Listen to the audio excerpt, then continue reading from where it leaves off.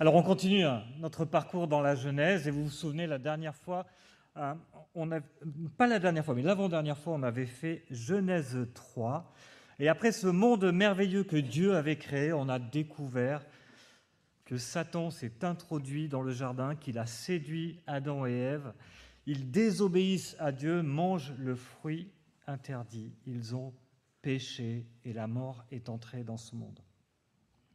Et aujourd'hui, je vous propose qu'on puisse découvrir au travers de ce chapitre 4 qu'est-ce que ça implique le péché dans nos vies et quel espoir est-ce que Dieu nous donne face au péché. Je ne sais pas si vous avez remarqué dans ce chapitre 4, mais si vous avez vos Bibles, vous pouvez les ouvrir au chapitre 4 et regardez avec moi. Ce texte se découpe en 4 morceaux un peu inégaux, mais 4 morceaux qui commencent par un refrain. Vous avez au verset 1, Adam eut des relations conjugales avec sa femme Ève.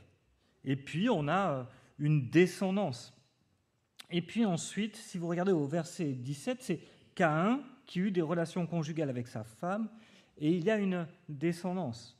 Et puis au verset 25, Adam eut encore des relations conjugales avec sa femme, elle mit un monde, etc. On a à nouveau une descendance. En fait, l'auteur nous met en avant une structure pour essayer de nous aider à comprendre comment nous devons lire le texte et qu'est-ce que nous pouvons en tirer. Et en fait, au travers de cette progression, je voudrais qu'on voit 3 choses. Le péché de Caïn, la culture de Caïn et l'espoir de Seth. Le péché de Caïn, la culture de Caïn et l'espoir de Seth. Regardons ce qui se passe avec Caïn et Abel. Ils sont tous les deux les enfants d'Adam et Ève, ils connaissent tous les deux Dieu, et ils viennent tous les deux faire une offrande à Dieu. Jusque-là, tout va bien. Mais un est agréé par Dieu et l'autre non. Et si on regarde les versets 4 et 5, ce n'est pas seulement l'offrande d'Abel qui est acceptée, c'est Abel qui est accepté. Et si on regarde ensuite, on voit que ce n'est pas seulement l'offrande de Caïn qui est rejetée, mais Caïn lui-même qui n'est pas accepté par Dieu. Ces 2 frères représentent pour nous 2 personnes qui invoquent le nom de Dieu et qui soit trouvent grâce auprès de Dieu, soit sont rejetés par Dieu. Et quand on lit le texte comme ça un peu rapidement, on se dit mais pourquoi ? Et Dieu a un problème avec les jardiniers ? C'est lui qui a demandé à l'homme de jardiner, en fait. Est-ce qu'il a un problème avec les végétariens ? Ah, c'est peut-être plus vraisemblable. Quand les offrandes nous sont présentées, on a pour Abel les premiers-nés de son troupeau. Et pour Caïn, on a des produits de la terre. Chacun offre le fruit de son travail. Mais il y a une nuance. Caïn donne une partie des fruits de son travail et Abel donne les premiers fruits de son travail. Imaginez-vous, vous êtes un fermier et pour Caïn, voilà à quoi ça ressemble.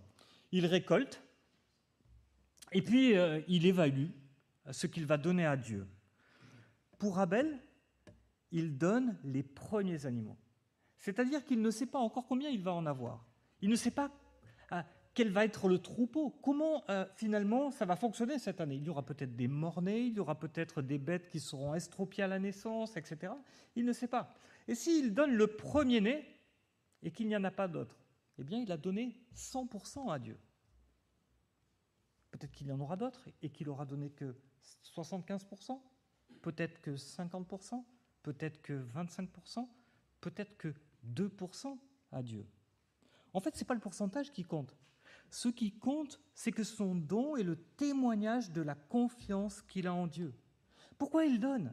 Il donne parce que Dieu prend soin de lui. Il donne par reconnaissance à son Dieu. Et il nous est précisé qu'il donne même la graisse. En fait, il ne garde pas la meilleure partie de l'animal pour lui. Il pourrait dire, bon, ça va être brûlé de toute façon. Autant vaut prendre ce qui est bon. En fait, l'un donne en fonction de ce qu'il a et l'autre donne en fonction de celui qui donne. Un donne en fonction de ce qu'il a et l'autre donne en fonction de celui qui donne. Et en fait, c'est ce que nous dit le Nouveau Testament à propos de Caïn et Abel. On lit dans la lettre aux Hébreux, « C'est par la foi qu'Abel a offert à Dieu un sacrifice plus grand que celui de Caïn. C'est grâce à elle qu'il a été déclaré juste, car Dieu a prouvé ses offrandes, et c'est par elles qu'il parle bien qu'encore étant mort. Caïn croyait en Dieu, il parle avec lui, il sait que Dieu existe, mais vous savez, il n'y a que 2 raisons de faire une offrande à Dieu. 2 raisons nous poussent à faire une offrande à Dieu. La première, c'est la reconnaissance de ce que Dieu est. La deuxième, c'est de vouloir obtenir quelque chose de Dieu. On fait soit une offrande à cause de ce que Dieu est et de ce qu'il a fait pour nous, ou on fait une offrande parce qu'on veut qu'il fasse quelque chose pour nous, pour obtenir quelque chose de lui, pour qu'il nous écoute, pour qu'il réponde à nos prières, pour qu'il nous sauve. Et là, on comprend mieux la colère de Caïn. Je t'ai pas donné assez ? Qu'est-ce qu'il faut que je fasse pour te plaire ? Qu'est-ce qu'il a de plus que moi ? Est-ce de ma faute si je suis agriculteur et lui éleveur ? Et tu veux quoi maintenant ? Que je sacrifie ma vie ? Que je te donne jusqu'à ce que je n'ai pas assez pour moi ? Pourquoi brûler toute cette bonne nourriture alors qu'on pourrait la donner aux pauvres ? Non, là on entend Judas.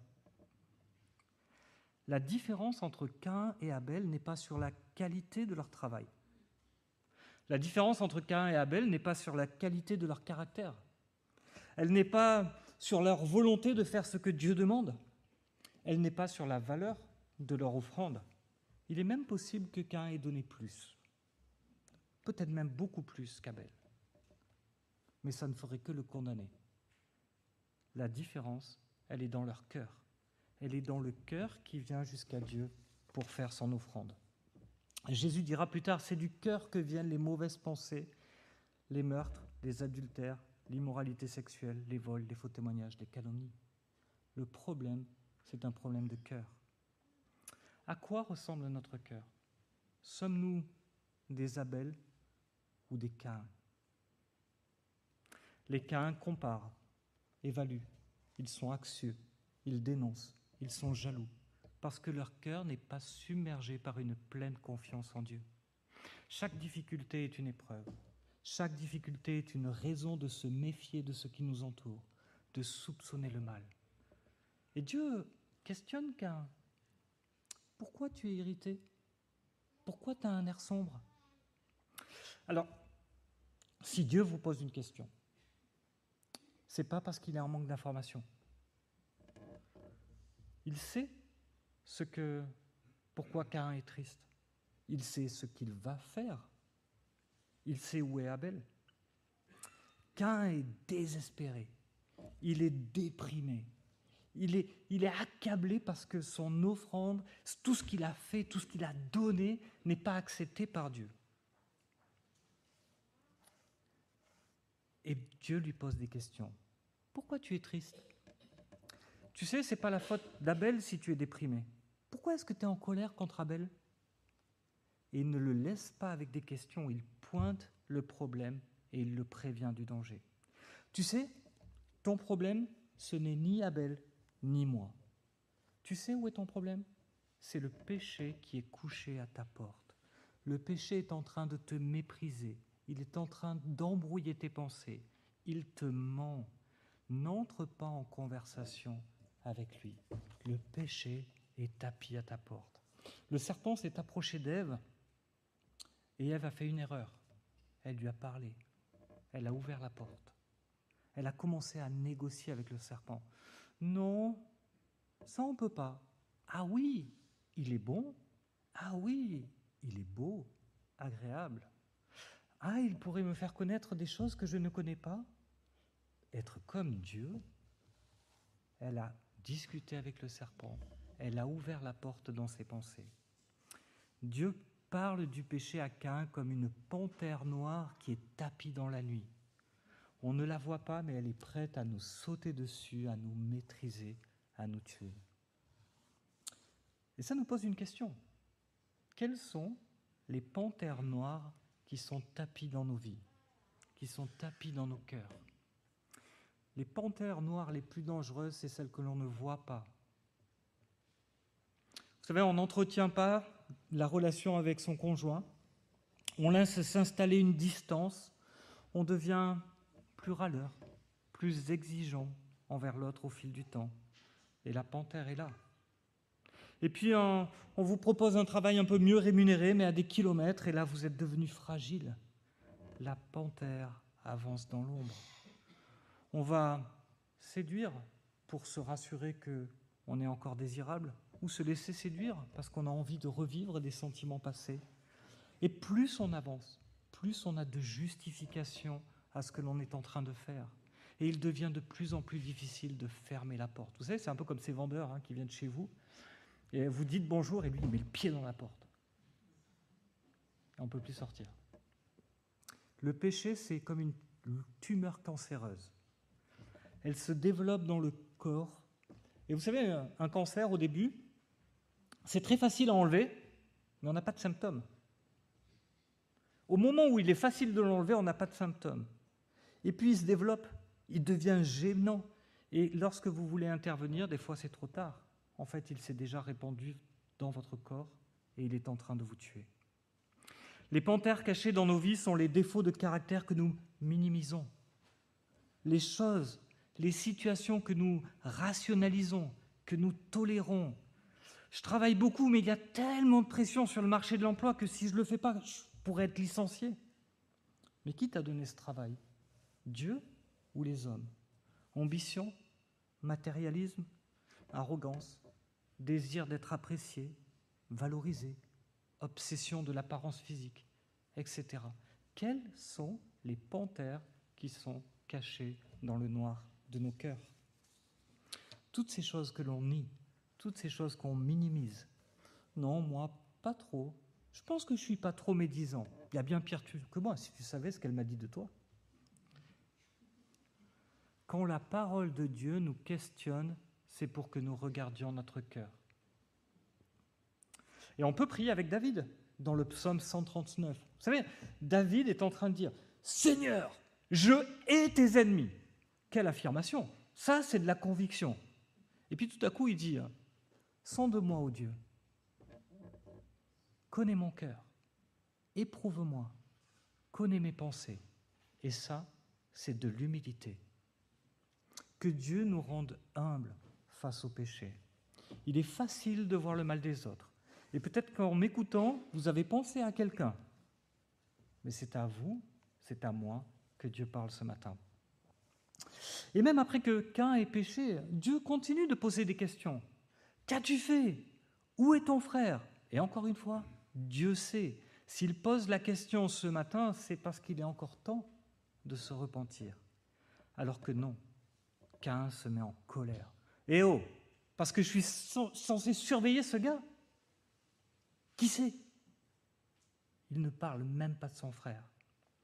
La colère est une réaction à l'injustice que l'on subit, à l'injustice que l'on voit, mais aussi à notre propre injustice. Et la colère est une protection que nous mettons comme un bouclier qui empêche à ce que l'on nous questionne. Ça te regarde. Et puis alors, tout le monde fait pareil.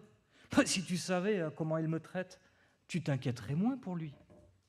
Et c'est un endurcissement du péché. Non seulement on pêche, mais en plus on se barricade et en plus on devient aveugle au péché. Et une des caractéristiques du péché, c'est qu'il nous rend aveugles. Plus on avance et moins on a l'impression de pécher. Difficile de cacher quelque chose à Dieu. Et Dieu lui dit, mais tu sais, le sang de ton frère crie jusqu'à moi. Et cette expression, en fait, elle revient assez régulièrement et elle nous parle d'une injustice qui monte jusqu'au ciel, jusqu'à Dieu qui est un Dieu de justice. Et la sentence tombe. Caïn est chassé, il est condamné à être un vagabond et son travail devient pénible. Il y a plusieurs définitions du péché. Intrinsèquement, le péché, c'est l'incapacité à observer la loi de Dieu et à rester fidèle à sa justice. C'est finalement ne pas glorifier pleinement Dieu. Mais Martin Luther donne une définition du péché qui, je trouve, colle beaucoup à ce texte. Il dit « Le péché, c'est l'homme recourbé sur lui-même. Le péché, c'est l'homme recourbé sur lui-même. » Ce que veut dire Luther, c'est que la Bible définit le péché comme le fait de toujours se concentrer sur soi-même, de toujours se choisir soi-même au détriment de Dieu, des autres, d'être au centre de sa vie, de ses préoccupations, de ses intentions. Et cette définition du péché nous rappelle que même dans les bonnes choses que nous faisons, nous pouvons pécher. Donner pour influencer Dieu, pour se faire bien voir. Vous mettez un chèque dans la boîte à offrandes et vous espérez secrètement que quelqu'un saura à quel point vous êtes généreux.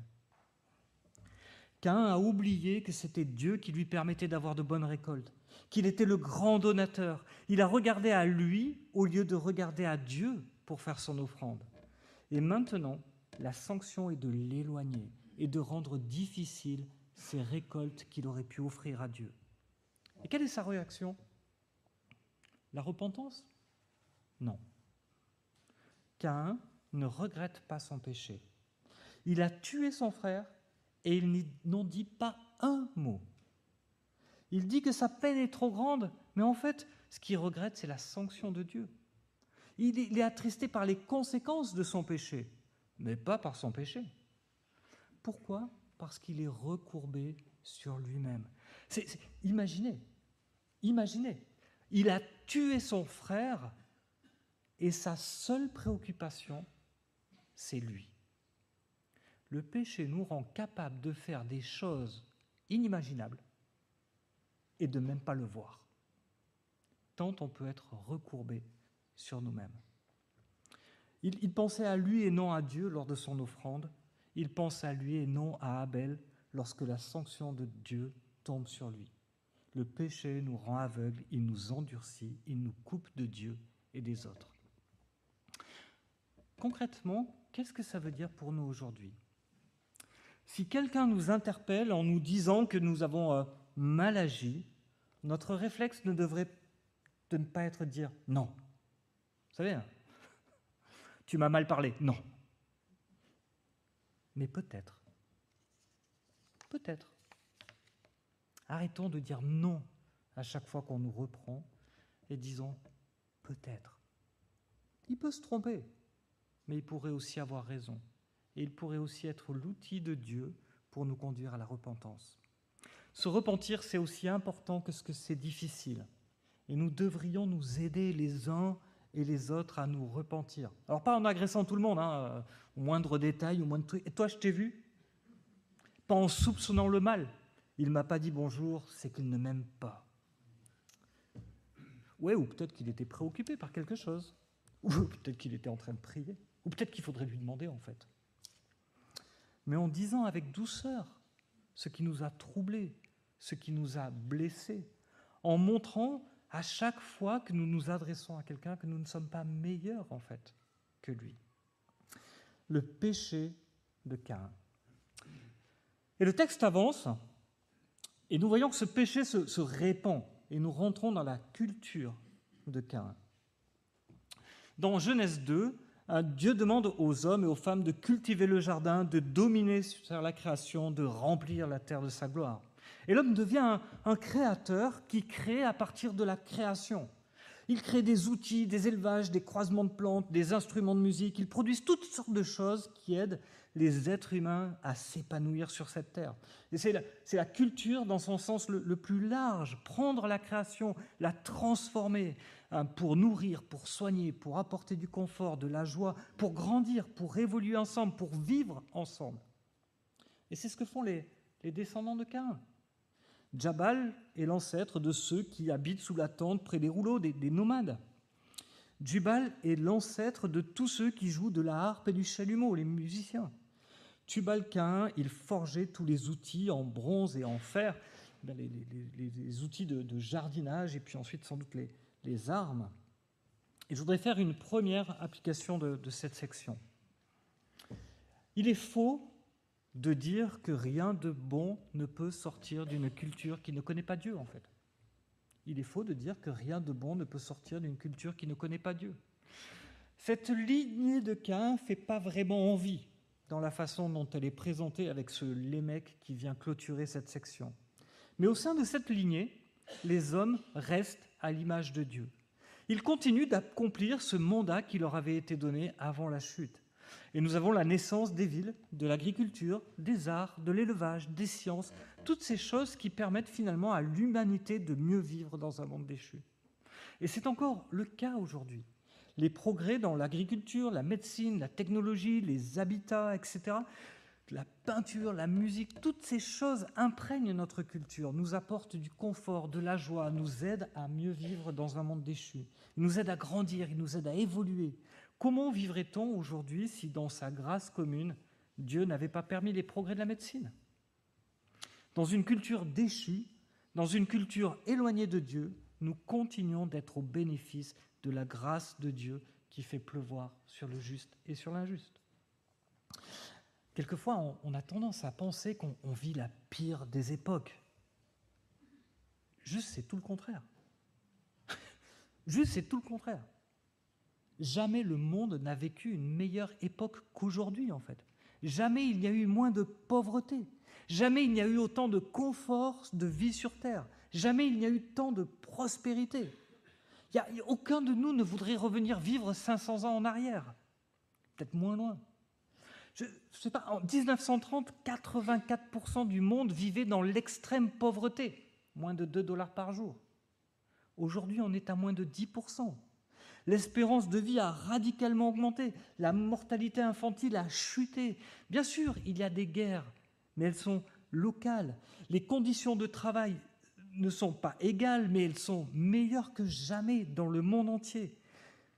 Il y a encore 150 millions d'enfants qui travaillent dans le monde. Mais il n'y a encore pas si longtemps, c'était généralisé. Quasiment tous les enfants travaillaient dans le monde. L'accès aux arts, à la lecture, à l'éducation n'a jamais été ce qu'il est aujourd'hui. Nous sommes dans le monde le meilleur qui n'ait jamais existé. Nous devrions rendre grâce à Dieu pour sa grâce commune. Rendre grâce à Dieu pour que dans une culture déchue, il permette que le monde soit le meilleur qu'il n'ait jamais été. Mais on regarde les journaux télévisés et ils annoncent des mauvaises nouvelles.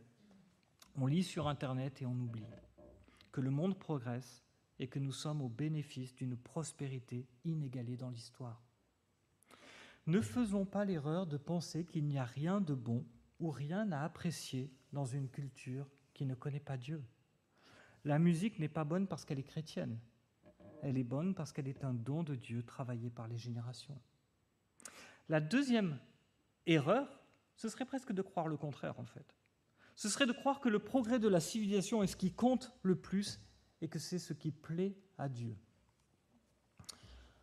Caïn était censé être un vagabond, errant sur la terre, et il construit une ville. Une chose est sûre, c'est un rebelle. Et quand il nomme cette ville, pas de référence à Dieu, comme la plupart des villes, mais à son fils. En fait, il n'a pas changé. Il est replié sur lui-même, et sa lignée se développe à son image. Et on arrive à Lémec, et Lémec, c'est la 7e génération depuis Adam. Et en fait, dans ce chapitre, il y a plein de jeux avec le chiffre 7. On a 7 fois Abel, 7 fois le frère qui est mentionné, on a 14 fois Caïn, et il y a une espèce de jeu qui est construit comme ça, et qui sert à montrer la 7e génération. Et la 7e génération, c'est un peu l'apogée, c'est celle qui représente tout le reste, en fait. Et le point culminant de cette lignée, eh bien, c'est Lémec. Comme Enoch sera le point culminant de la lignée de Seth. Et regardez Lémec. Lémec, il a 2 femmes. Alors, si vous avez entendu dire que la Bible n'a rien contre la polygamie, je vous assure, c'est vraiment mal lire la Bible. C'est très mal lire l'Ancien Testament. À chaque fois qu'on a de la polygamie, on a des problèmes. Abraham et sa servante, et pour conséquence, la guerre entre 2 femmes, l'exil d'Agar et un peuple qui va naître, qui va s'opposer à Dieu. Sympa, la polygamie. Jacob avec Léa et Rachel et leur conflit permanent à coups d'enfants, David et Bathsheba et le meurtre d'Uri, Salomon et ses 300 concubines et l'abandon de Dieu et la division du pays. Non, je vous assure, la Bible ne fait pas l'apologie de la polygamie. La polygamie est en premier lieu un désastre pour les femmes qu'il est difficile de nuancer. Et elle est toujours au cœur de la déchéance morale des hommes. Mais écoutez, c'est pas tout.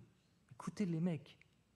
Ada et Tsila, écoutez-moi, femmes de Lémec, prêtez attention à ce que je dis. C'est que j'ai tué un homme pour ma blessure, un enfant pour ma contusion. Si Caïn est vengé 7 fois, Lémec le sera 77 fois. Et vous réalisez, si un enfant le blesse, il le tuera. Et il en est fier.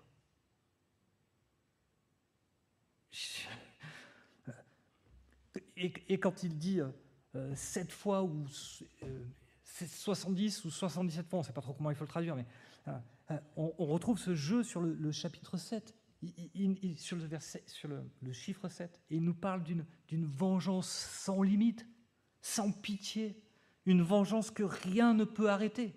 Jamais je ne renoncerai à ma vengeance. Toute notion de pardon est absolument exclue de la pensée de Lémec. 2 domaines où nous voyons comment le péché s'est répandu dans la culture déchue, la famille et la violence. Nous voyons en Lémec, tout de suite après la chute, une remise en question du mariage tel que voulu par Dieu et un mépris absolu de la vie humaine, ne serait-ce que celle d'un enfant. Il tue un enfant pour une blessure. Lémec représente l'apogée du péché qui s'est introduit dans la culture et en détruit les fondements. Là où la culture devait grandir et faire grandir l'humanité à la gloire de Dieu, le péché vient en briser les fondements, en s'attaquant à 2 grandes institutions, la famille et l'État, au travers de l'injustice et de la violence.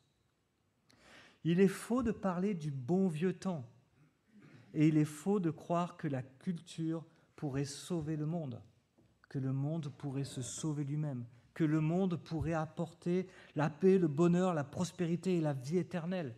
On parle aujourd'hui de transhumanisme, des technologies qui visent à chercher à nous rendre éternels. Mais c'est fou. Que ferons-nous de nos enfants quand nous serons éternels sur cette terre ?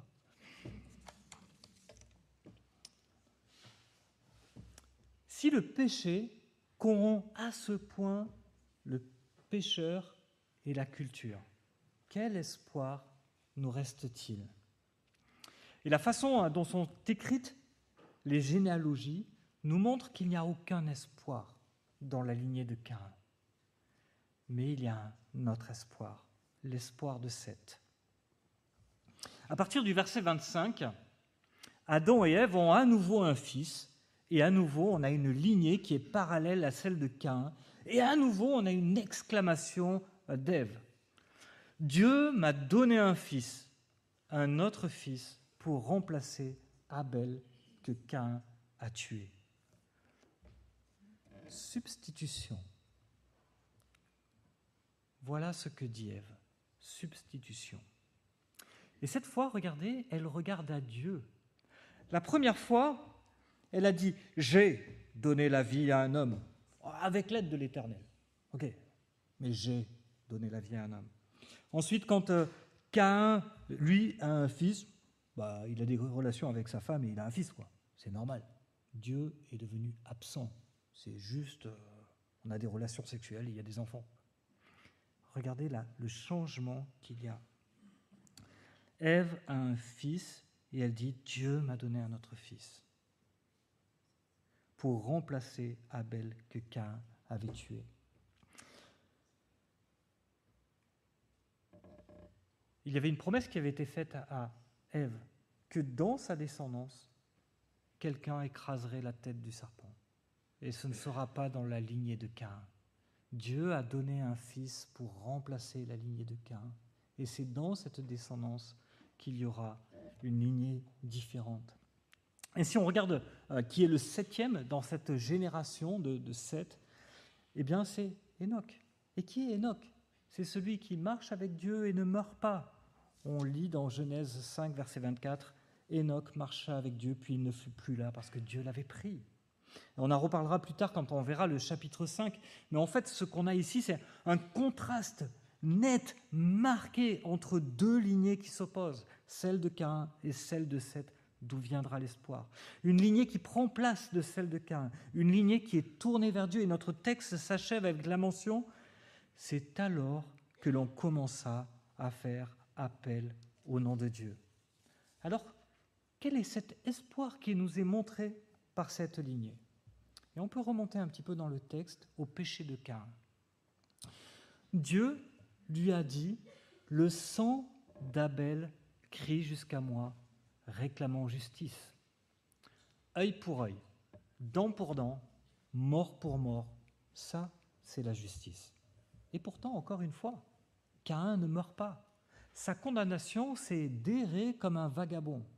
Et Caïn comprend tout de suite, il dit « Mais si je suis un vagabond errant et que je n'ai pas de protection, je vais mourir. » Caïn, qui méritait la mort, a un Dieu qui dit « Non, je ne vais pas te faire mourir, et même je vais te protéger de la mort. Je vais mettre sur toi un signe et personne ne te tuera. » Dieu est juste.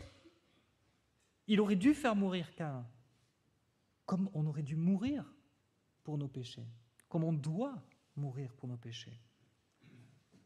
Mais Dieu veut sauver. Des années plus tard, un homme viendra. Et cet homme ressemblera beaucoup à Abel, parce qu'il est entouré de beaucoup de Caïn, de personnes jalouses de sa relation avec Dieu et qui veulent le faire mourir. Vous savez, c'était des gens qui étaient très pratiquants. Ils apportaient leur offrande de manière extrêmement rigoureuse devant Dieu, en fonction de ce qui était réclamé par les sacrifices, par toutes les règles qu'il y avait. Et ces gens-là étaient des gens droits. Ils faisaient ce qu'il fallait faire. Ils allaient au temple, ils faisaient tout ce qui était correct. Mais ils ont détesté Jésus et ils l'ont tué. Et le livre des Hébreux nous dit que Jésus est le médiateur de la nouvelle alliance et que son sang répandu parle mieux que celui d'Abel. Le sang d'Abel qui est répandu sur le sol crie « justice » et le sang de Jésus qui est répandu sur la croix crie « justice ». Qu'est-ce que ça veut dire? Jésus était l'ultime Abel. Il était innocent, il était parfait, mais sa mort n'était pas seulement une injustice. Il n'était pas l'Abel qui s'est fait coincer dans un champ et qui n'a pas pu se défendre parce que son frère avait prémédité de le tuer et qui lui est tombé dessus. Il est celui qui a accepté de mourir à notre place. Sa mort était volontaire. Il est venu pour mourir. Alors que lorsque nous péchons, que fait le sang de Christ? Il crie « justice ». Il dit « quelqu'un est déjà mort pour cela ». Il dit « oui, le salaire du péché c'est la mort, mais ma mort, mon sang a déjà accompli justice pour tous ceux qui croient en moi. J'ai payé et ce sang qui a coulé témoigne que la justice est passée. Le sang de Jésus-Christ appelle justice. » Ces personnes rachetées par Jésus-Christ forment aujourd'hui une nouvelle famille. Et cette famille, c'est l'Église. Et cette famille, elle est une contre-culture dans un monde qui se perd. Parce que l'essentiel, ce n'est pas d'être plus en plus prospère sur cette terre, de vivre de plus en plus longtemps dans des maisons toujours plus belles, avec des piscines toujours plus chaudes, mais de prospérer pour l'éternité. À quoi sert-il à un homme de gagner la vie s'il perd son âme? Et l'Église retrouve ce mandat originel qui est de se répandre sur la terre, de glorifier Dieu. Elle est une contre-culture en luttant contre le péché, en créant un cadre favorable pour la repentance, en prêchant la grâce de celui qui a payé pour nos péchés, et notamment en ce qui concerne la famille et la violence. Avec quelle puissance sommes-nous une contre-culture? Avec celle du pardon de Jésus-Christ. Lémec dit « Je ne pardonnerai jamais.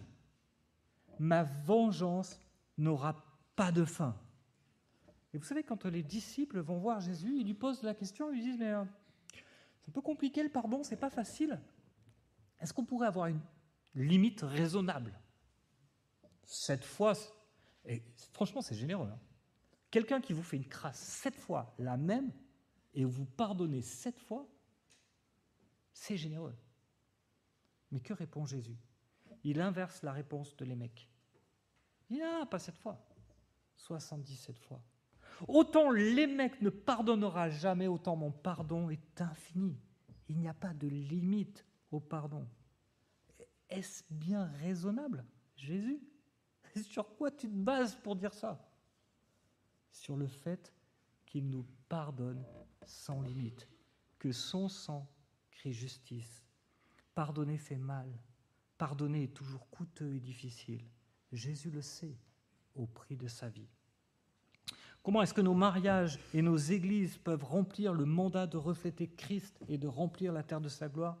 Par une contre-culture basée sur le pardon. En nous pardonnant généreusement, nous brisons le cercle du péché. Il y a tant de mariages, on les voit dériver sans pardon pendant des années, et on a envie de dire, mais est-ce qu'il y en a un des deux qui va arrêter ? Qui va briser le cercle des offenses ? Comment est-ce que le pardon que nous avons reçu en Jésus-Christ nous nourrit pour que nous puissions, à notre tour, pardonner ? L'appel de Jésus-Christ est un appel à mourir et à vivre. Renoncer notre repli sur nous-mêmes et vivre pour lui et pour les autres. Et je voudrais juste conclure avec quelques mots de la lettre aux Hébreux, au chapitre 12. Ensemble, nous rejetons. Nous rejetons tout fardeau et le péché qui nous enveloppe si facilement, et courons avec persévérance l'épreuve qui nous est proposée. Faisons-le en gardant les regards sur Jésus, qui fait naître la foi et l'amène à la perfection. En échange de la joie qui lui était réservée, il a souffert la croix en méprisant la honte qui s'y attachait. Puis il s'est assis à la droite du trône de Dieu. Pensez en effet à celui qui a supporté une telle opposition contre lui de la part des pécheurs, afin de ne pas vous laisser abattre par le découragement. Je voudrais encore prier avec vous.